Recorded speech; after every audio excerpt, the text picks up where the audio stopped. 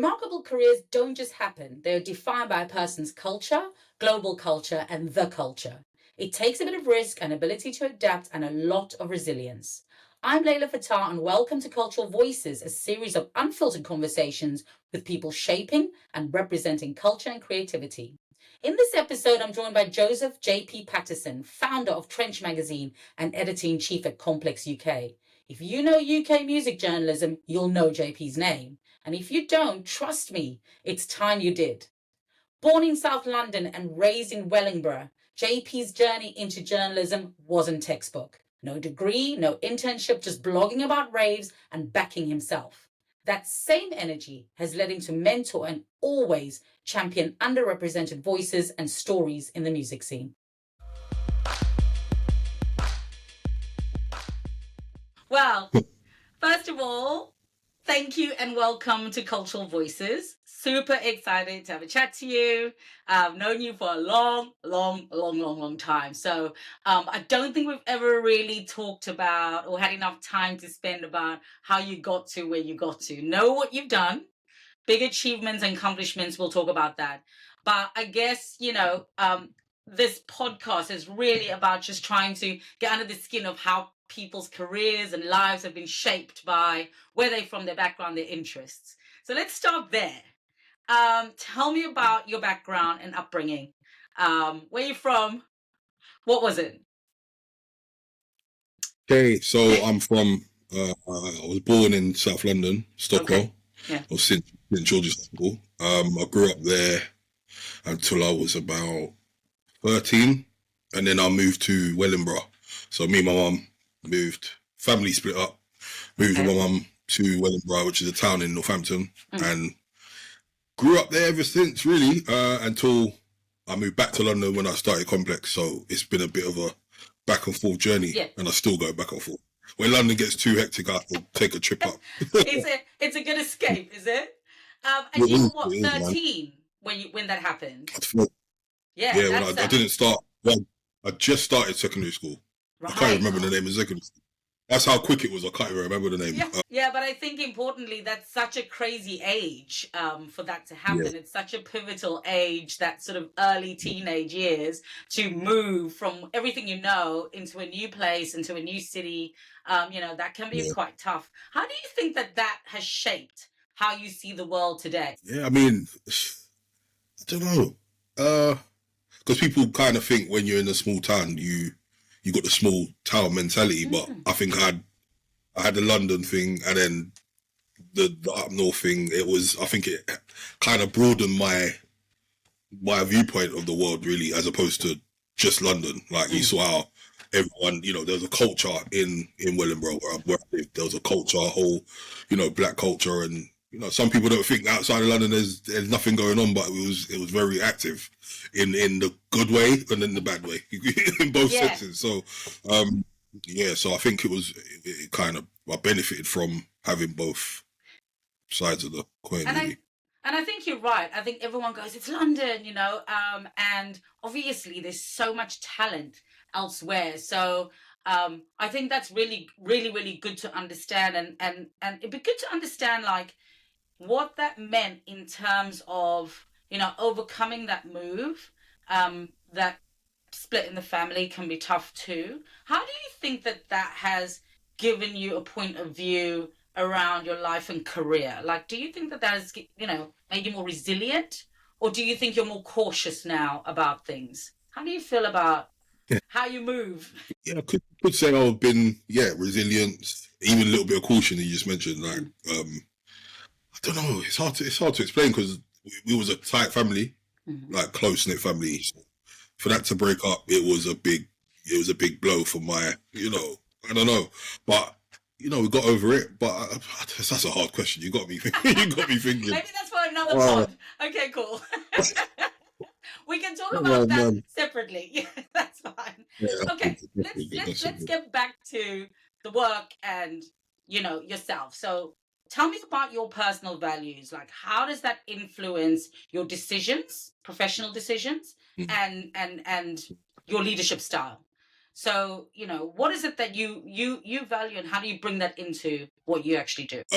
I'd say I'm like a very real and honest person, like, and I like to bring that across in the journalism I do, because you've got I could have written for the Sun. Well, I have written for the Sun, but it was positive. It was a positive interview.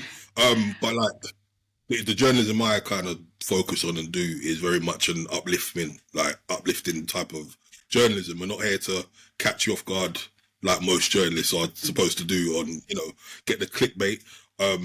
That's always been my thing from the beginning, really. Like I kind of look at it like, if someone's writing about me, how would I want them to, how would I want them to write about me? So I just approach everything with honesty, and yeah, that's kind of how I've been. Like, I think I'm an honest person. I don't know, you can ask everyone around me, but I think, yeah, that's kind of. So tell me where the journalism interest came from. Is that something that have you always written? Has that always been something that you've done from young, or is that more later? Very later. Okay. I got an E in my, was it D or E? E in my English GCSE. So journalism was definitely not on the card. It's nothing that I ever thought of doing. The people around me, no one was a journalist. Like, I come from, how can I explain it? Like, so a lot of my friends, they're not, quote unquote, the most upstanding of citizens, especially back then. So, I mean, journalism, people would have thought that's like snitching or something. Like, that never really happened to me. People like supported me, and they wanted to see me writing in a Rewind magazine and Super magazine. They were gassed to see me interview, Wiley. But yeah, so I never studied journalism, never went college, never went uni. I just kind of honed in. So I used to hold raves back in the day, called Chock-a-Block. And that was like 2007. That's where I know you from. Chock-a, that's it. I was it was something. I remember. Yes, go ahead. Yeah. 100%. Good old days. So I used to hold raves, and then a year later in 2008, I just put a blog together. I thought, let me just write about other people's raves or raves that are coming up, and just post their flyers, post new videos, new music. And I kind of caught the bug. Like, I just started blogging, writing on my own thing. And then I sent an email one day thinking I'm brave, thinking I could get through. I emailed, I think it was the editor of The Guardian, and I looped in like 100 other writers thinking, I didn't even know about BCC back then. Everyone was on the actual email. I didn't know about BCC. That's hilarious. Yeah. Yeah, it's crazy.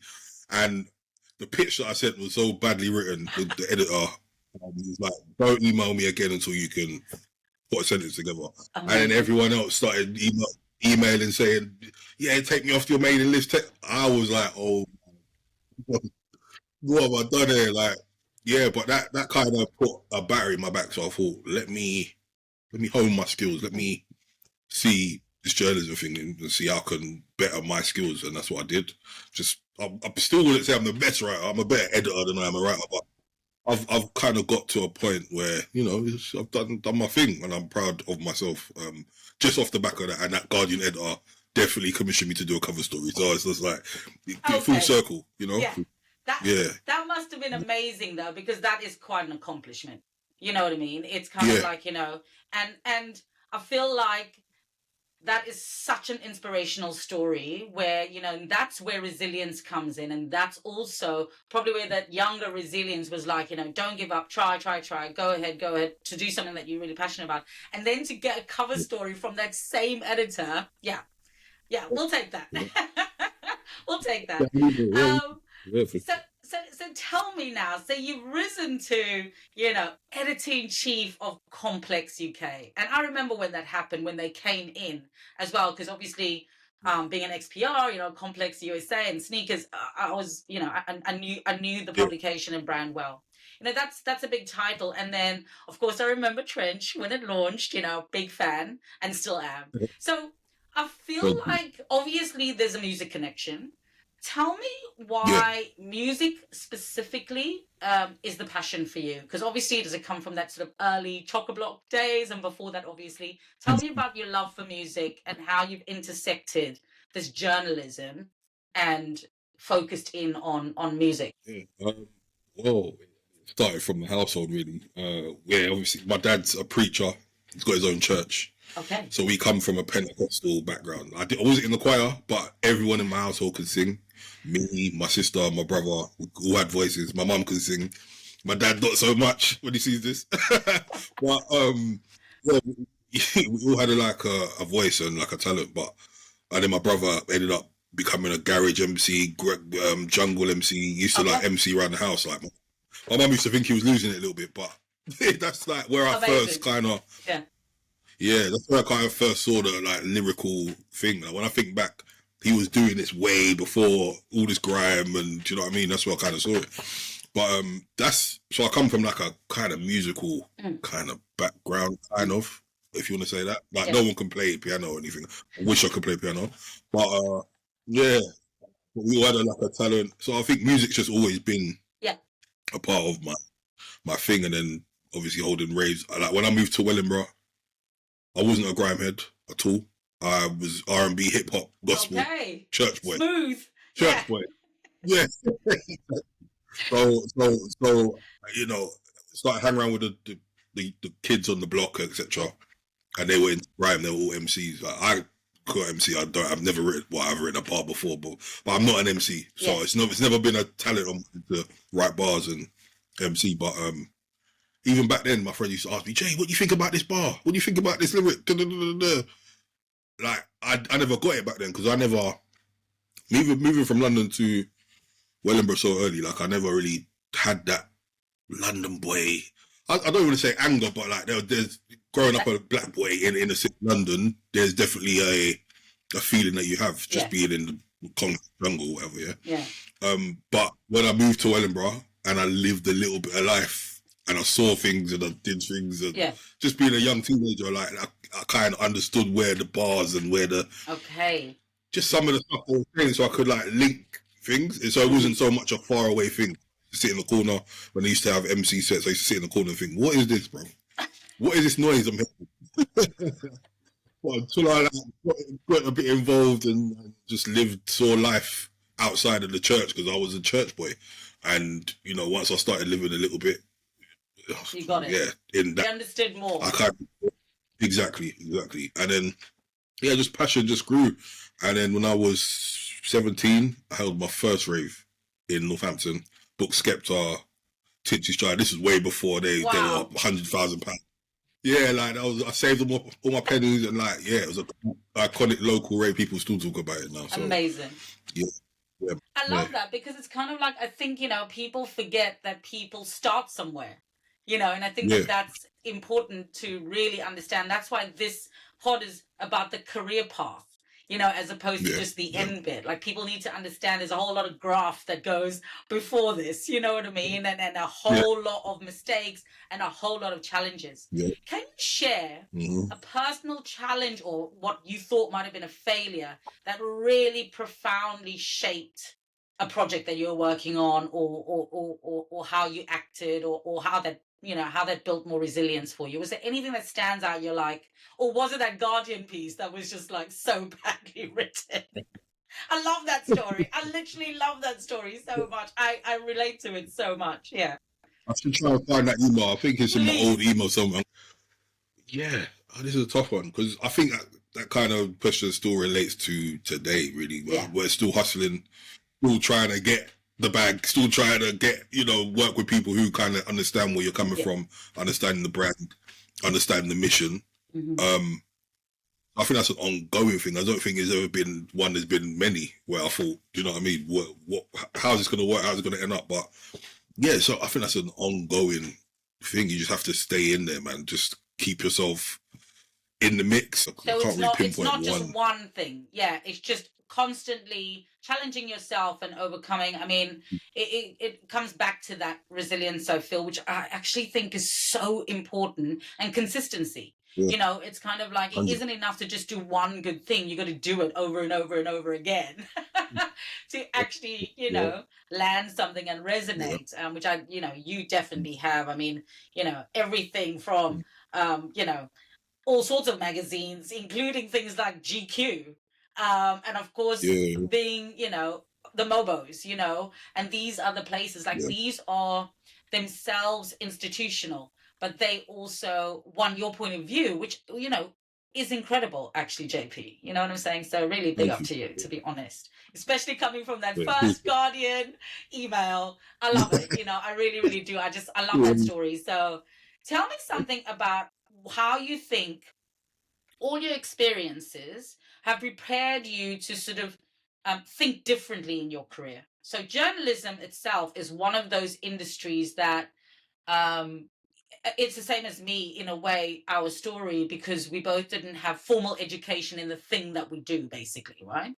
So how do you Mm-hmm. think that where you come from, how you've done things, has helped you stand out, be different to anyone else? I mean, all right. So even for the music journalism thing, Yeah. there's a lot of people who write about rap music and grime music and things of that nature, but they haven't really, not to glamorize it or say it's a Sure. good thing, but they haven't really been in the field. They haven't experienced certain things. So I could tell you some stories that you'd think, what? you might not believe it. I might have to buy a biography or something. Yeah. But yeah. So I think that kind of gives me a little bit of a not an edge. What's the word? Lived experience, right? It's lived experience, isn't Yeah, it? yeah, exactly. So again, not to glamorize anything or whatever, Sure. but you understand where these rappers and these MCs are coming from, Yep. the things they've had to face, obviously everyone, the end story, the end goal is to have, the best end story, and you want to Sure. win forever without having to live a certain life. But I think seeing that and being around certain things and seeing certain things gave me a little bit more of a real edge when it came to my writing, because I understood where they're coming from, as Yeah. opposed to standing looking from the outside, looking in. I was very much a part of just stuff, just Yeah, no, I get it. culture, just I get So it. I I think get that it. that kind And I think to your point as well, I keep on talking about, even when I work with brands, I'm like, if you want to speak to an audience or you want to get a new audience or whoever you want to talk to, make sure that there's someone from the audience who has the lived experience of of that audience. I mean, I'm just 100. like, it's not even rocket science, this is not hard to Yeah, do. So, when we it's worked so together, yeah, on Captain Morgan, I was like, there's only one yes, person who I need to work with, and that's going to be JP, if that's what we're looking to right. do, and we did a really, really cool project. So, it is about That was bringing the people in who understand the yeah, nuances, who understand the context of things, or else you get to this weird, very non yeah, authentic place. You know what yeah. I mean? And I think that's what probably is attractive about you over the others in terms of the specific music journalism area that you're in. What I have seen recently is like things. I don't know if you've seen it, but things are slowly going back to how they were. I mean, Slowly, when George Floyd died, yeah, 2020, and like COVID and stuff, COVID as well. Even it's not even just a color thing, but it is really a color thing. But everyone was quick to hire the black and of brown course. people, and now I'm slowly seeing them leaving their jobs or getting fired for whatever reason, and then they're Yeah, bringing the old guard back in. It feels like things are going back. I yeah, hope it doesn't go all the way back, because it's just weird. It's just a weird vibe right now. I'm just seeing yeah. it. I'm just seeing it all over the place.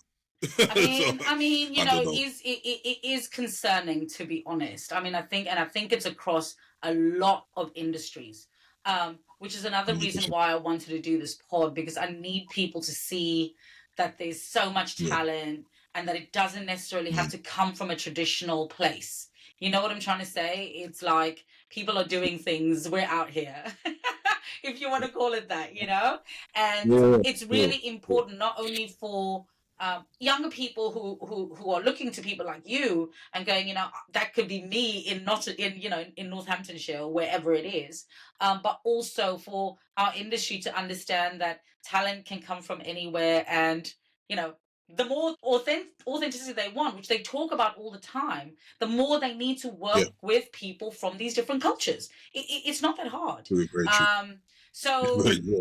yeah, let's hope that it doesn't go all the way back. But yeah, it is a Yeah. concern. It We is a still got a concern. little bit. We I still got, mean, yeah, let's hold on a uh, little bit to something. But yeah, tell me something about yeah. um having those kind of lived experience. It gives you a unique advantage, all right?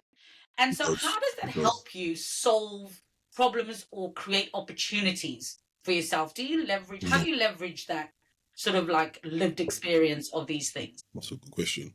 Yeah, I mean, giving opportunities to other people, not so much making opportunities for myself, because I feel like I've had not even had my day, but you know, I've done certain things. Well, like it's the new kids now, new kids on the block now. I've never been. I don't think I'll ever be one of them old people who are just like, I don't want to see the next generation come up and overtake me.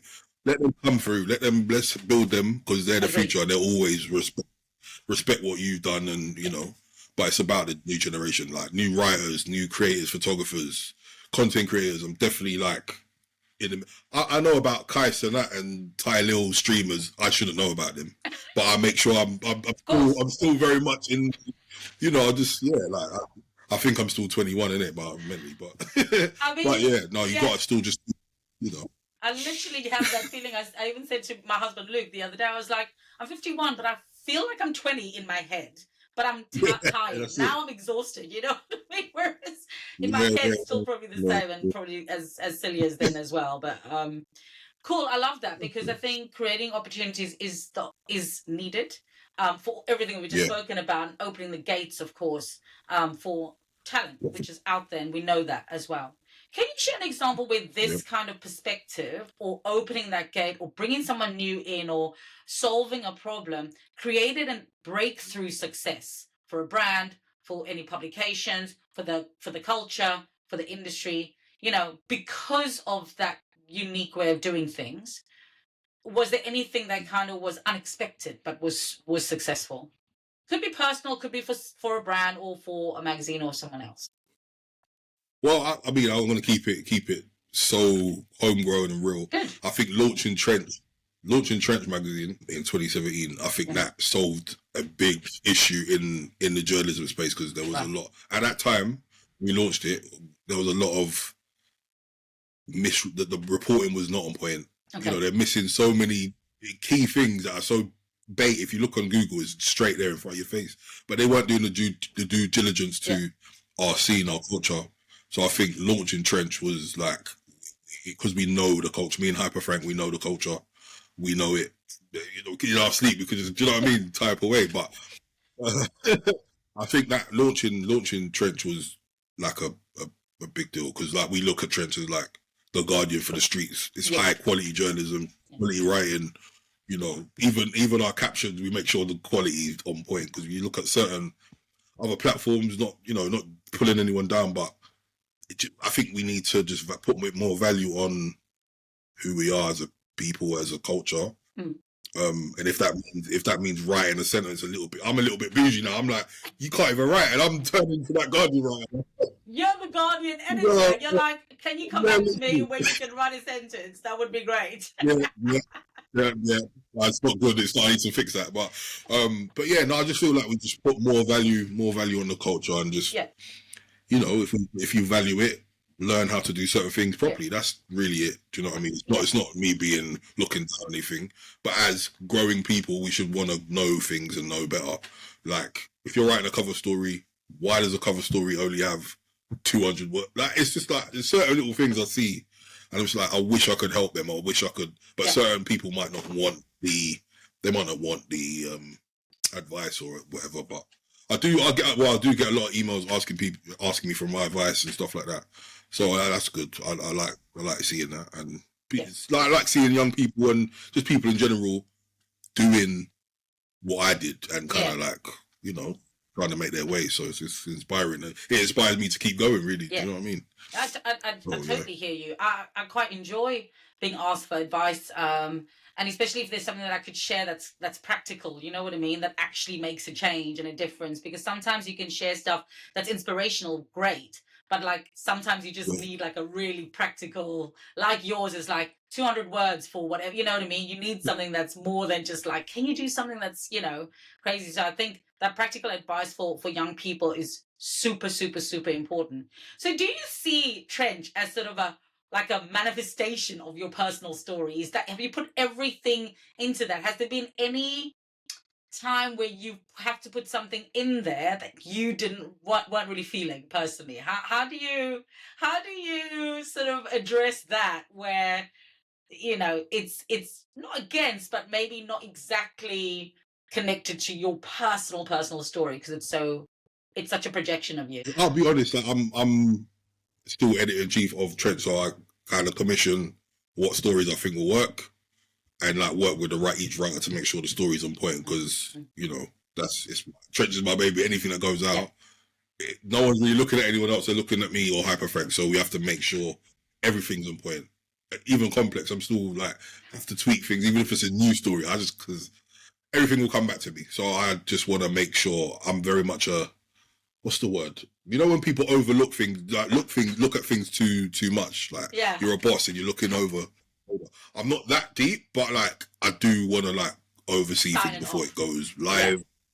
Yeah, like just because of I've seen certain things before, other people get cancelled, and it's the editor and it was the writer they commissioned. I don't want that to be my thing. So let me edit it. Let me work with the writer. Let's make sure it's on point before it goes out into the world. So I don't really, I haven't really commissioned anything that's been outside of my, like, is that way of thinking or realm. Yeah, is that for both Trench and Complex? Because obviously Complex is different in that although you're editor-in-chief, it's slightly different, I guess. I mean, you can tell me. And Trench is your like baby, whereas Complex is a business, and a different type of business. Do you find you have the same approach for both of them? And how do you differentiate between them? Or do you have to like, put a different hat on for both of them? Same hat, to be honest. Same hat. Different colour. Same hat, different colour. Like, I've been at Complex since 2014, so I've like, even from the beginning when I was a music editor, it was very much based around music. So even though we had a style editor, pop culture editor, and the music was like the driving force, and we made a lot of money from just covering music, and brand deals come in because they want to do music stuff with Complex. We have done a lot of style, we have done a lot of sports and stuff like that, but music has been the major breadwinner. You know what I mean? So I've kind of always been the guy to make sure everything's right and make sure we're doing it properly so we can win more, do more. You know what I mean? You know what I mean? Also give back to the culture like that. So I've kind of had both hats. So I've just overseen, make sure everything's on point. It's on the level that I rate, and that's really it. I think 10 years is kind of what shows for itself. It kind of 10 years, for itself, really. And so, just in terms of, are you still doing journalism for other publications, or you just focus on those two at the moment? Are you still writing for do you get called? I get called quite often from like other publications and stuff. But it's just finding the time to do that, because it is good to still keep your hand out there and still work for other people. But the Trench is my baby. I don't really write for Trench personally. I use that as a platform. I use that as a platform for other people to like say what they need to say. But at the end of the day, it always comes back. It feels like it's mine anyway, so it's just like, let's work together, make sure it's the best that it can be. With Complex, it's pretty much the same. I did some writing the other day. It was quite. I haven't written since about 3 months, but it was good to just get back in the field. Get back typing. But journalism is always going to be like, even though we're in a new age and like social media, social content, and you got to be a face. I don't. But at this age as well, I don't really care for that. Like, I've already made. I've already made kind of my name. I don't really need to be in front of the camera all the time and doing all that stuff. I don't. It's not for me. Like, no. Do you know what I mean? I will do the odd interview. Here and there on camera and stuff. I'll do the odd panel and stuff. But I like to be behind the scenes, let everyone else shine a little bit. Yeah. I mean, I feel like you've always been a bit like that, actually. Which is something that I think is awesome about how you've always been. I always feel like you're putting someone else up forward, putting them on a platform. And I think there was another question I wanted to ask you about this, this kind of way of leveraging other people's experiences and perspectives. How important is that for you, like in terms of leadership, or in terms of getting to the stage now where you can do that? How important is that for you? Because for me, it's really, really important. I feel like we have to open the gates. We have to foster, especially talent that's raw. You know what I mean? Like, it's hard to navigate these spaces. It's hard. So how Yeah. would you go about doing that, and how do you go about doing that? So someone comes to you, they've got, a really amazing way of thinking or writing, but it's not refined enough for say. How would you support that, and what would your approach be? Well, like you just said, I think the rawer the better. Like, I think the passion, it all comes down to like the passion for something. Like, there's a lot of writers who are passionate about the subject. They're not trying to be superstars or anything like that. They're passionate about the music and journalism. So I think that's the best kind of person to come across. And I've come across quite a few and just kind of help them along the way. Like, a lot of writers who've written books and stuff like that, they will always mention me and say, JP gave me my first commission. So like, that kind of makes me proud, because I'm just like, yeah, like, it wasn't the Guardian, it wasn't they, it was me kind of helping them or whatever. But yeah, like you said, rawer the better. Sometimes people I know it sounds crazy, but Not at all. I think, I get it totally. Yeah. yeah, like a lot of people do hit me up on the email and the DM, so it's hard to kind of keep track sometimes. But when I find that right person, this is like, I mean, there's a couple of examples. Mimi, the music blogger, FD from the future, who's like killing it in the streetwear content. Yes. He was in my DMs crazy, just like, yo, I'm gonna work for Complex one day. I just have to kind of like, when someone's so enthusiastic, you just have to let them be enthusiastic for a little while. You don't just jump in straight away. Let them gas themselves up. I want to see a little bit more. I want to see what you're doing, see what you're about, see what you're about. Yeah, kind of, yeah. Like, just see what they're about, and eventually it was like, yeah, let's bring him in. Let's have a conversation, and yeah, he started doing things for Complex. Now he's like the biggest street content guy or whatever. Yeah, and it makes me proud saying it, and yeah, just it's one of them things. I just like seeing people shine. Mimi, the music blogger, she was like tweeting all the time, and just like, I think she had a blog as well. Yeah. So I was thinking, like, people eventually they're gonna start saying, why have you not, what, you think you're a journalist, and that has happened.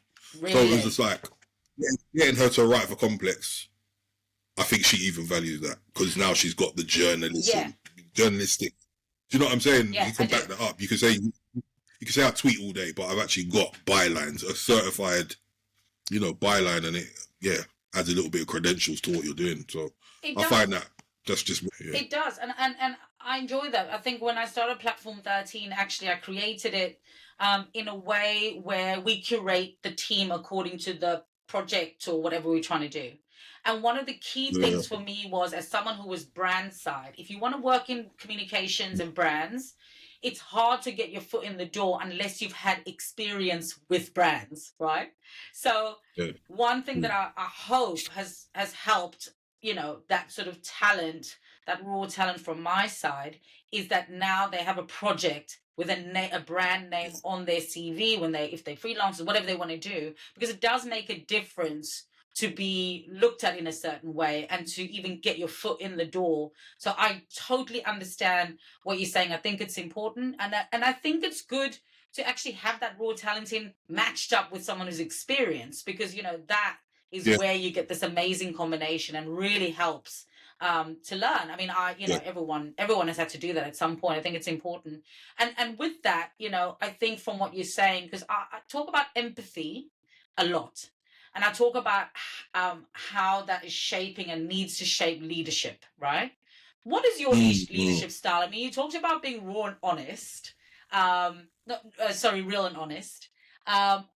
Do you think that that's your leadership style? Like, if you've got someone working for you, or someone who's looking to you as a mentor advisor, what is your style, you think, as a leader? I think I'm the best boss ever. I'll be so real. Yes.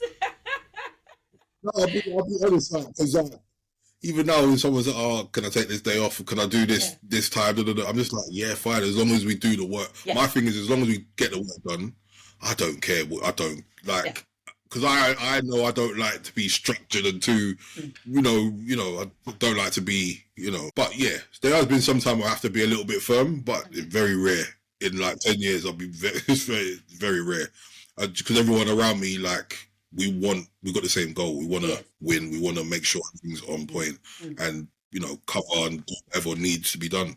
So yeah, I think I'm I'm honest, but it's very rare that I've had to be a little too harsh or Yeah. That's kind of me really. That's good though. That's good though. It's probably because you're quite calm as well. You know what I mean? And I feel like that's probably helpful. And it is helpful for, people to feel like they can be themselves around you. And I think Yes. you almost do need someone to relate. Someone can relate to you quite easily, within this sphere as well. It's hard to be a leader though. I find like, it's tough, and sometimes it can really shape someone else's career so much in how they have been sort of supported or mentored or not. It really moves them forward in different ways as well. So we'll see a I lot could of give you another example. Yeah, go ahead. Yeah, no, I could give another example. Yeah. There's one writer. I don't think he would care to say his name. James Keith. So he's from Newcastle. He moved from London. He moved from Newcastle to move to London to work for me. So it's just like, Wow. even when Complex had its up and downs, I made sure he still had money and Trench. I've made sure, like, for the past, it's been 10 years. He's got a life. He's getting married to his wife soon. Amazing. And all this from London. He met him. So it's just like certain things like that. I just always make sure I look after the people that have been there from the beginning, and that's what I think it's nice because if someone invest in you, you want to invest back in them in a way as well. That's a huge move. So I think big move. That's really shaped his career. I love that. Tell me something about where your personal perspective has clashed with what's happening in the industry. Like, how do you reconcile the two? Has that ever happened where things are like, or you might see something that's happening within grime or in music, or even international, that has clashed with how you thought about that? How would you reconcile that? Would you just let it be, or would you write about it? Oh, I have written about it, actually. Okay. I was thinking about something. So, like, I think it was 2016. So before I launched Trench, there was a specific article. I don't even want to mention the publication because they've redeemed themselves since. So I will not mention them. Sure. But they written a review about Giggs' album. I can't remember the Landlord, was it?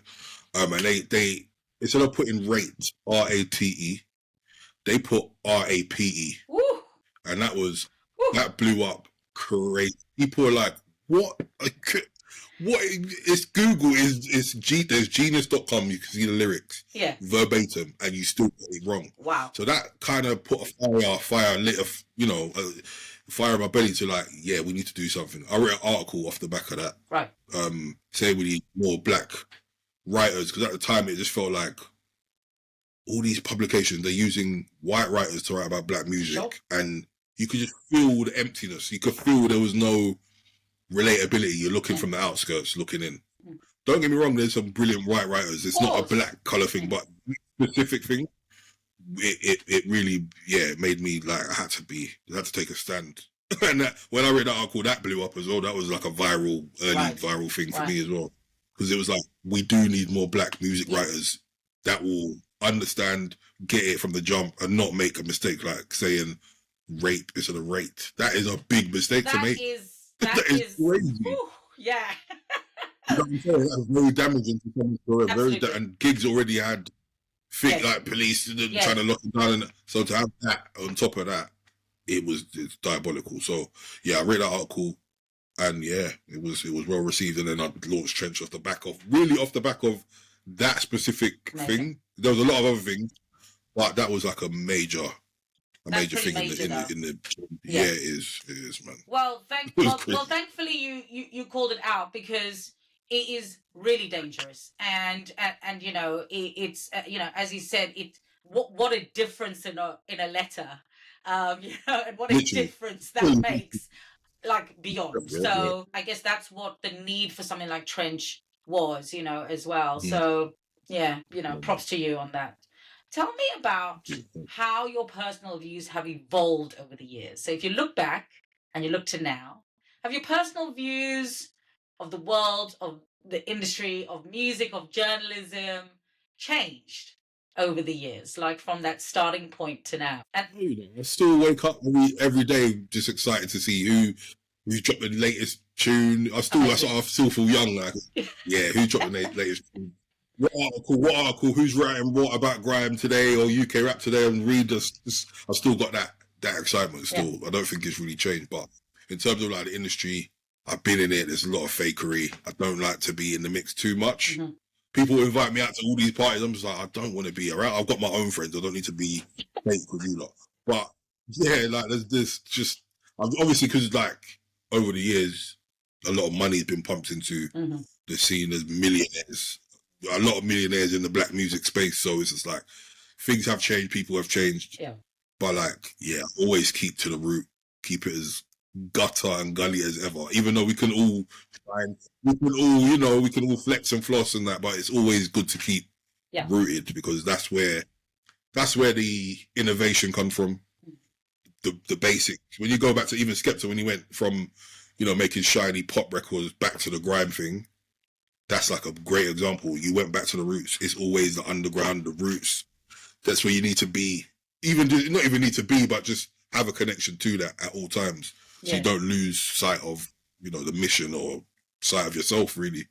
You know what I mean? So yeah, I do know what you mean. And I talk about this a lot. This kind of, staying in, keeping your hand in understanding where these things come from.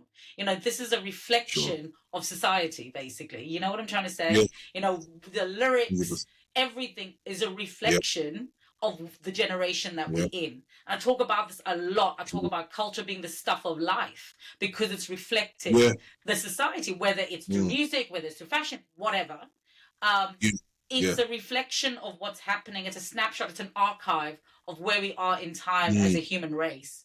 And I feel like people don't really understand that it's more than just the beat. The lyrics are saying something and mean something. And that's really important to stay rooted, for me, at least, in that. And I'm obviously not as deep as you, but for me, it's such a reflection. I think it's important. I do.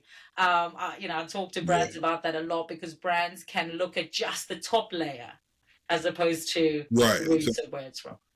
I don't know if you find that as well sometimes. And that's why making sure that we've got the right people that live the experience means that you can get the classics and new ones.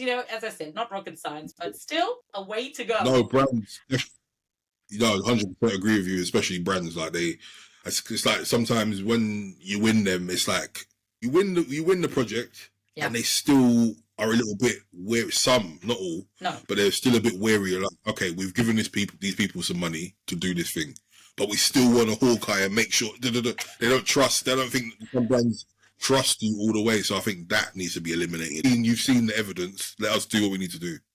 There's no problem with, obviously, we're checking in with the brand. That's standard. We check in with the brand, but just allow us to do what we need to do because we do it at a decent level. Yeah. So let us do what we need to do. But the brands thing, I agree with you. Yeah.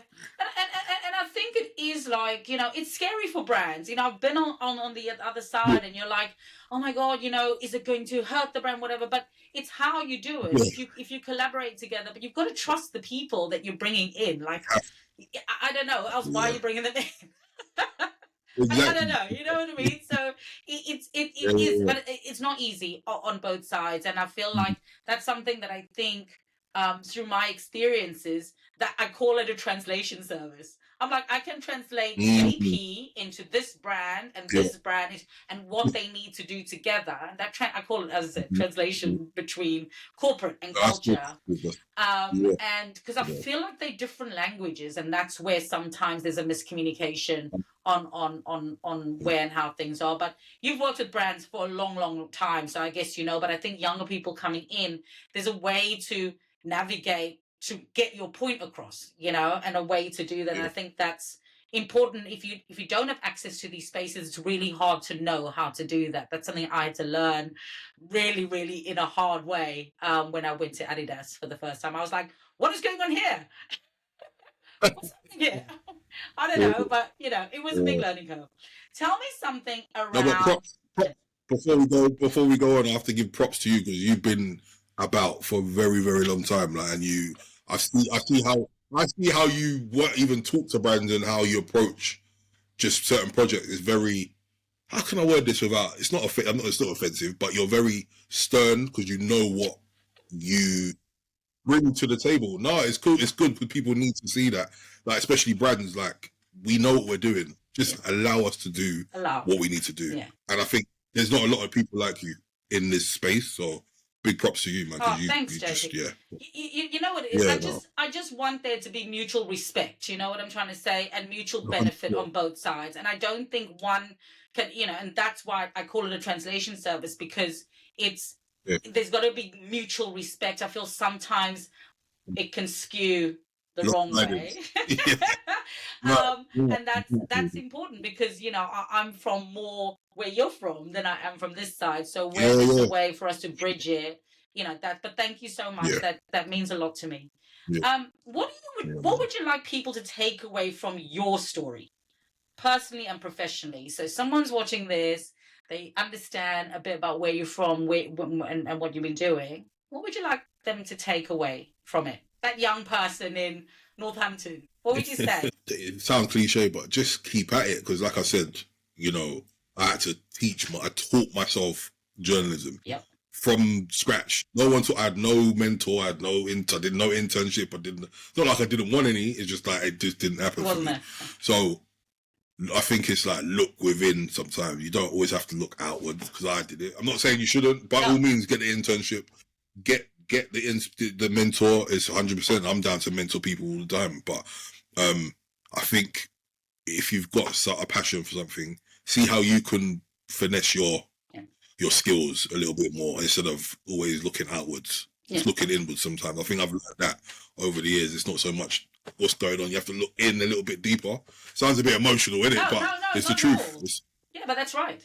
You know, and just honing your skills. I used to sit and read up. Oh my gosh, when I look back, like even me and Hyperfrank, we used to send this like story together. Like we used to sit up for like hours till 3-4 in the morning writing pictures together. I love to that. The fader, to all even the complex. Like they never used to contact me back, like back in the day, until I got this job. I was like, I used to email you guys, like it's cool, but I'm here now. So it's just like, we were really. That's why we went. Sometimes when we see certain things, it's just like, oh my gosh, you didn't put the work in. You're not doing it how it should be done, because we was in the field, we was grafting so hard, trying to get, you know, this MC profiled in this magazine, or this art producer featured in this blog or whatever. We really, you know, journalism meant a lot to us. It still does, but like, just that hard work. Don't ever lose that passion for what it is you're doing, what you want to do. I know it sounds cliche, but that's the truth. That's the truth. But it's really not. I mean, I still, you know, I'm 30 years in my career. I love it. I still love it. Like I get, you know, when you said you wake up, you still want to know what's happening. Like that's how I feel. I enjoy it. I'm passionate about. I'm passionate about human behavior and communicate. You know, this is not necessarily so separate from me. I don't walk into work and walk out and I'm a separate person. I don't know. It kind of feels. You know, so I'm really always looking around, looking at things, and I'm really interested. I totally hear you, and I think with this new way of doing things, people think they can get to the end quite quickly, but it's the journey, you know, that for me is where the skills are crafted, you know, where your craft is kind of honed as well. So I totally hear you, and I think it's a really, really important message that you're telling that. What would you tell your younger self? So you've just told us what the takeaway is. Imagine yourself back in that first pitch. What will you tell your younger self about where you are today, and give yourself a little letter, a little bit of encouragement? What would it be? Just say, I think, even going back to the previous questions, stay persistent, not annoying, but persistent. Don't be annoying. Be persistent, but don't be irritating, right? Yeah, totally. Be persistent. Yeah, literally. Be persistent. And just don't worry about the knockbacks. That's what I was going to mention about the other question. Don't the knockbacks, because sometimes that will get you down, and you might not want to do it after a while. That's how I felt as well back in the day. Like I was like, what am I doing wrong? Instead of asking questions, because I had no one to ask questions to. I didn't know Chantal then I didn't know Hattie Collins, and I didn't know Martin Clark and all these big writers that wrote about grime back then. I didn't have any access to them, so I had to look within again. I had to look within. Like, let me go and read up articles. Let me see how they put this comma there, this apostrophe there, and Incredible. So I think knockbacks, just it will come. They will come. I still get knockbacks sometimes from brands. It's like, oh gosh, you looking forward to that, but it's part of life. It's part of rejection is a part of life, and I don't. Yeah, some people can't take rejection. I still, it's not a nice thing, but you got to learn to just go with the punches, because eventually someone will say yes. Like, it's just, we're in a big world, so it's like, just keep persistent. Again, persistent, but not annoying. Don't email a brand 10 times. Don't email an editor 10 million times in one day. Yeah. Give it a little bit of breathing space, because they're busy. Everyone's busy.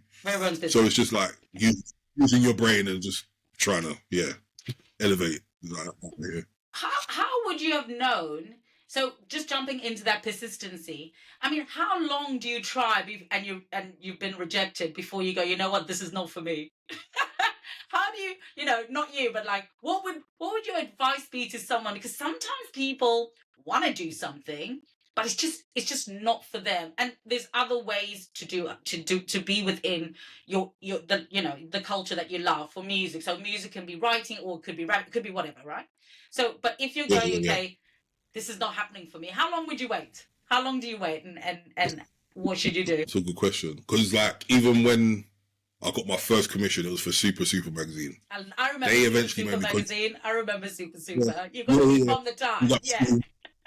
100%. Like New Rave magazine, crazy magazine. You'd never think I'd even write for it. No. But it was a very important publication, because how I used to write was very street coded. It was very like wagwan and yo fam and on my blog. That's how I used to write. I was just like, whatever, no one cares. But Super actually embraced that. They was like, all right, I like the way you do this.